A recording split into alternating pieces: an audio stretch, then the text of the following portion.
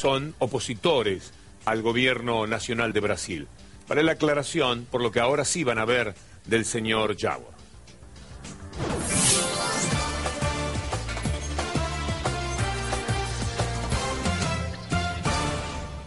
Mas afinal, o que provoca um ódio tão violento contra a cidade? Só vimos isso quando a organização criminosa de São Paulo queimou dezenas de ônibus. Não pode ser por causa de 20 centavos. A grande maioria dos manifestantes são filhos de classe média, isso é visível. Ali não havia pobres que precisassem daqueles vinténs, não. Os mais pobres ali eram os policiais apedrejados, ameaçados com coquetéis Molotov, que ganham muito mal. No fundo, tudo é uma imensa ignorância política. É burrice misturada a um rancor sem rumo. Há talvez a influência da luta na Turquia, justa e importante, contra o islamismo fanático. Mas aqui se vingam de quê? Esses caras vivem no passado de uma ilusão.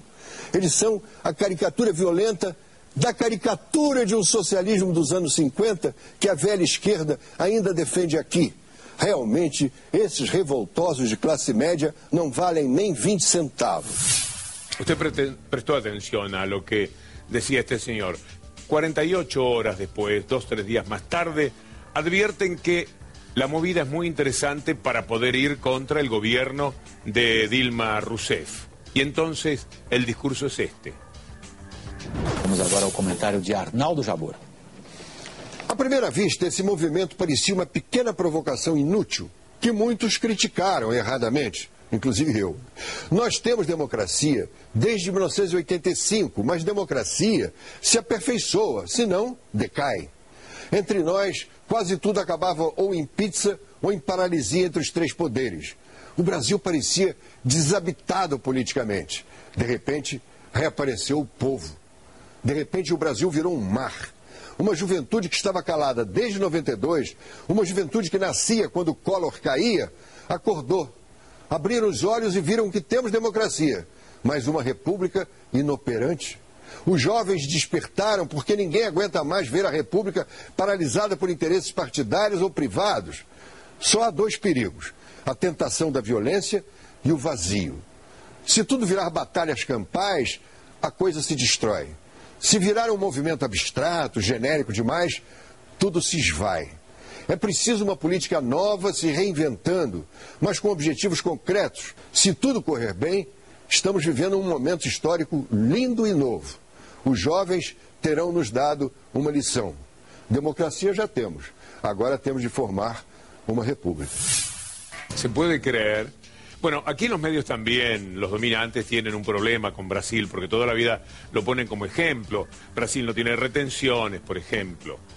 Brasil permite que entren capitales golondrinas, que vienen a hacer su negocio, inversiones rápidas para hacer una diferencia. Entonces el establishment lo mira bastante bien a ese Brasil que de todas maneras, por supuesto, tiene en ese país, en esta presidenta, como antes en Lula, un aliado muy importante, el gobierno argentino. Pero siempre están elogiando a Brasil para cotejar con lo que no les gusta de la Argentina.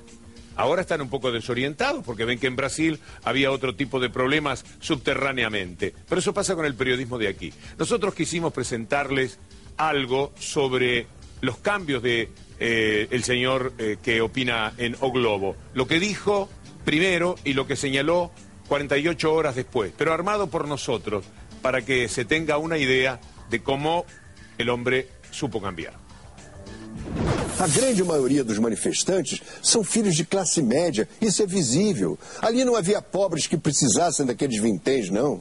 Os mais pobres ali eram os policiais apedrejados. Os jovens despertaram porque ninguém aguenta mais ver a república paralisada por interesses partidários ou privados. No fundo, tudo é uma imensa ignorância política. É burrice misturada a um rancor sem rumo. De repente, reapareceu o povo. De repente, o Brasil virou um mar. Uma juventude que estava calada desde 92, uma juventude que nascia quando o Collor caía, acordou. Abriram os olhos e viram que temos democracia, mas uma república inoperante. Mas aqui se vingam de quê? Esses caras vivem no passado de uma ilusão.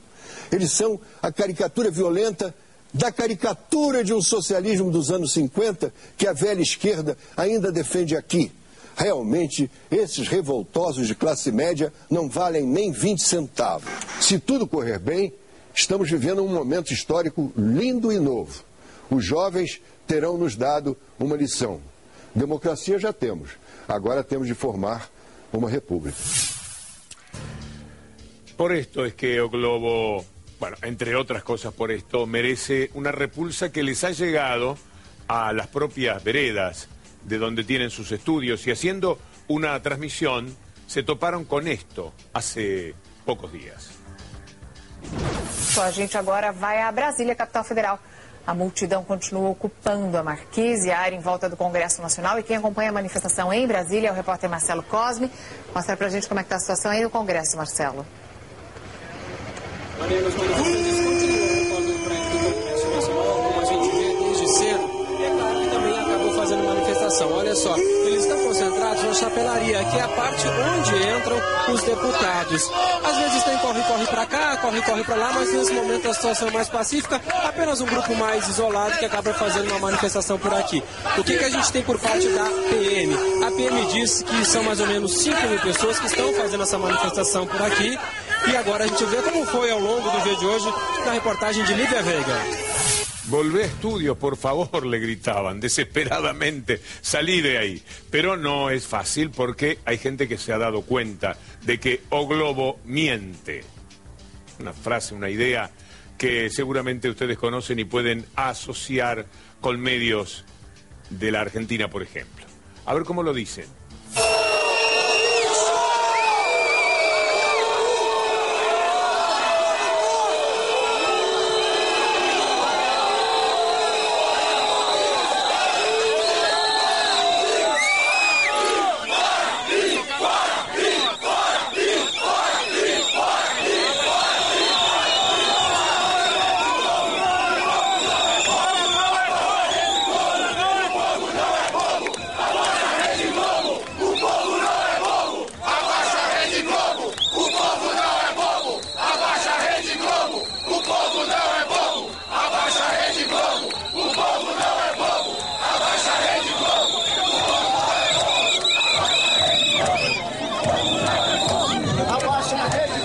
Marcelo chegou aqui e não conseguiu fazer a reportagem que queria fazer.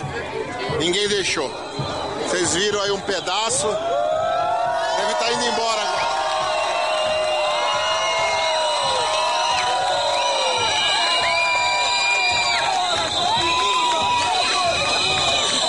Novos tempos.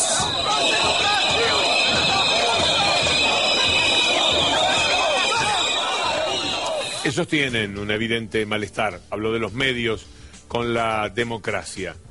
Pero los pueblos también tienen un cierto malestar con los periodismos dominantes de nuestra América Latina y su gran capitán internacional, que es la CNN.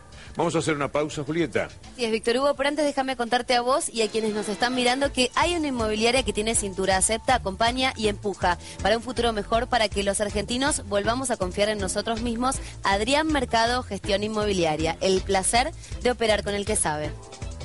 ¿Su empresa está creciendo? ¿Sus oficinas le quedaron chicas? ¿En quién confía la búsqueda? Si su oficina dejara de brindarle la comodidad deseada, ¿en quién confiaría la búsqueda? En Adrián Mercado, como dice el eslogan, el placer de operar con el que sabe. Y vos, hacé como ella, que confía en el mejor.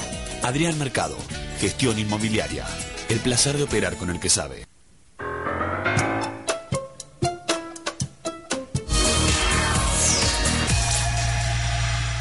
Mamá, ¿alguna vez viste un germen? ¿Cómo son? Un germen común puede verse evolucionado. El médico que fue a mi escuela dijo que tenemos que lavar las manos siempre. Por eso recomiendo... Un banco solidario es un banco que siempre te va a dar una mano, porque existe para ayudarte y crece si vos creces también. Por eso hoy tenemos la tasa de financiación más baja en créditos de todos los bancos privados. Y así, ayudamos a las pymes y a miles de argentinos a concretar sus proyectos.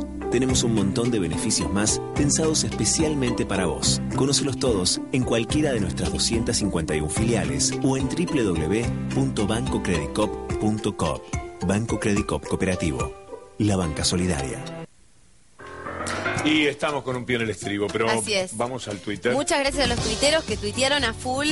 Vamos a leer los últimos. Dijo Romero. Dijo Dilma la semana pasada, hay un terrorismo informativo sostenido por los que juegan a cuanto peor mejor. ¿Te suena? Aurelio. Qué interesantes las palabras de Pepe Mujica, sabiendo destacar fortalezas y amenazas de los medios en el mundo de hoy. Romero. El teólogo brasileño Leonardo Boff dijo que los medios de su país son familias que cuando se ven hackeados se comportan como la mafia. Borón, inequidad, bolsa de la familia, 20 millones de reales. Pago de intereses de deuda pública, 240.000 millones de reales. Igual a 12 bolsa familia. Borón dice también, el salario mínimo en Sao Paulo, el costo mensual del transporte para concurrir al trabajo equivale al 27% del salario. Y Romero, y el último, los medios dominantes que hablaban de la sexta economía global, ahora hablan de inflación, salario bajo en dólares, etcétera. Muchas gracias a nuestros amigos una vez más. Nos vamos, Julieta. Adiós, Víctor Hugo. Hasta el próximo domingo, si Dios quiere.